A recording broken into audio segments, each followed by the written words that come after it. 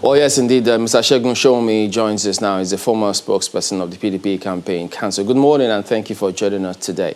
What do you think of what's going on? Which of them? What he just said? Yes. I think, I don't know why people think that when you come on national television, you can speak to grieving parents in such a lackadaisical, forget about it, don't. What kind of talk is this? If you are not giving information to the public, you have to talk to the parents. You have to manage their traumas. They have to understand to some reasonable extent, not your operational procedures of how you are going to go and bust them. You've not busted anybody. So I really don't get what is there to respond to there. I'll just go straight to say this. If you've been in this country maybe 20 years, you are not too young, you have never seen our country this way. Insecurity on one part. Have you ever seen this country this divided? For some reason, you're just hearing noise of, secession, we want to go, everybody's doing whatever the hell they like, say whatever they want to say, and those with the responsibility to say, enough. You're not going to be allowed to implode this country. You're not going to be allowed to destabilize this country, are on holiday, receiving guests, shaking hands with people that are jumping from pillar to pole, claiming that they are running parties. And you take a look at poverty, and you say, okay, maybe they are not getting it with insecurity. Okay, maybe they are not getting it with national cohesion. What are they doing with the large number of unemployed in the country? The number is ballooning. You cannot see a synergy of thought between policy and government action to reduce that. Leave that. Okay, maybe they don't know what they're going to do with unemployment. Then you go to the so-called anti-corruption. You ask yourself, where are the things that can tell you that the country is running an anti-corruption battle that has produced some fear in the system? You can't find anything other than, take them in, bring them out, spend time. Look, we have completely forgotten about everything President Buhari and his friends promised us when they were coming. Nigerians have forgotten that. We asked them to do 3 things because they are incapable of doing others. They should forget about running the economy. They don't know how to do that. They should leave that. Number 1, they should reform the Electoral Act so that the Nigerians who have to take a decision to vote them out can at least be assured that their votes will count. Number 1. Number 2, they should manage the rhetorics of all this ethnic militia, this group, that group, from wherever they may be coming from, be them in any of the sections of the country, to tell them in very firm and clear language, enough is enough. Number 3, and probably the fact, they should just pack their bags and go.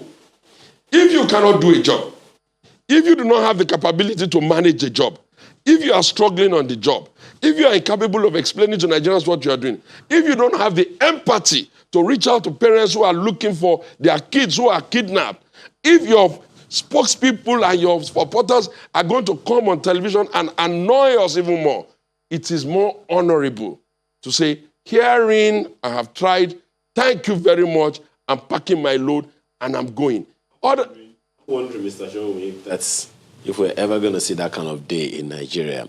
But let me ask you, you talked about the huge division, and a number of people have said over and over again, that is something that can only be attributed to the activities of politicians across party lines. Where is all of that division coming from? Okay, thank you. I have read and heard some suggestions that unknowingly suggests or tries to impugn or insinuate that probably opposition or some elements are the ones wrong. That's not true. The country got divided so badly because of the nepotistic attitude that they started with. It got so bad because those who are speaking this divisive language within the country have been left to just do it with reckless abandon. For more than 3 years, in spite of me being in opposition, I have been very nervous as to how everybody just comes to national space and talks as if the country is not controllable. And I get extremely depressed. Why? Because I expect, in the minimum, 2 people that I expect them that they know what to do. The first is the president himself. I expect him to know what to do. The second is the National Security Advisor, Mongunu. Sometimes when I wake up in the morning, I'll ask myself, is it not Mongunu? Is it the same Mongunu, the Mongunu that will be sitting as the National Security Advisor of this country? Intelligence will be at the lowest ebb. People are just doing whatever they like, however they like, underneath the pretense that we're running democracy. If we do not have a country, if the country implodes on all our heads, where the hell are we going to go?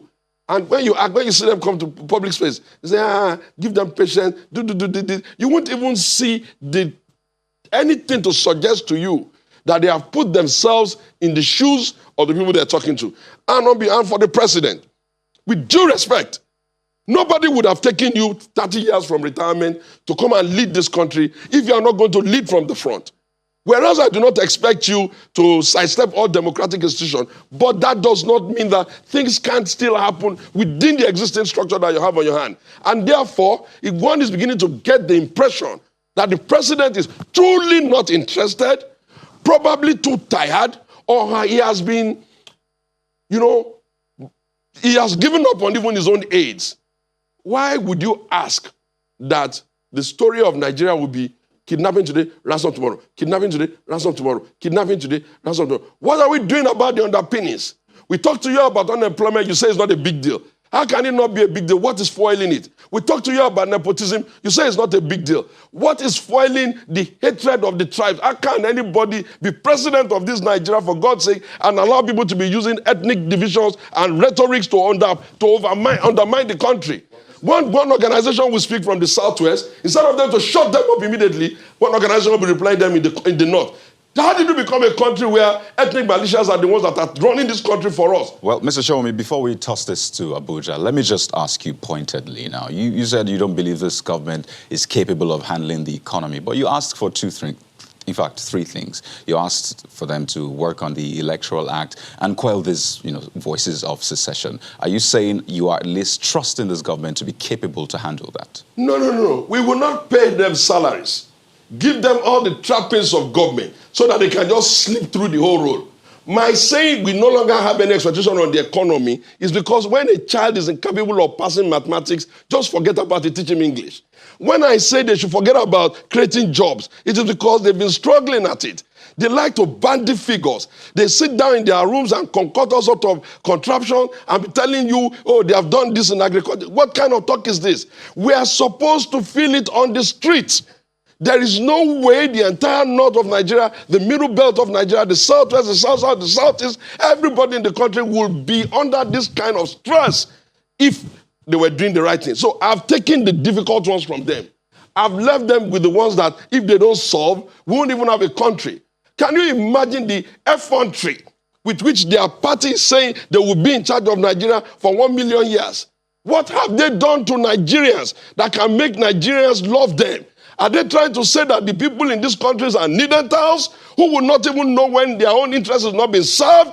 How much have they been living? What have they been spending? How have they been coping? The few people who even have a little salary, they are under a lot of pressure because nothing else is working. So I removed those ones from their list because it's too late.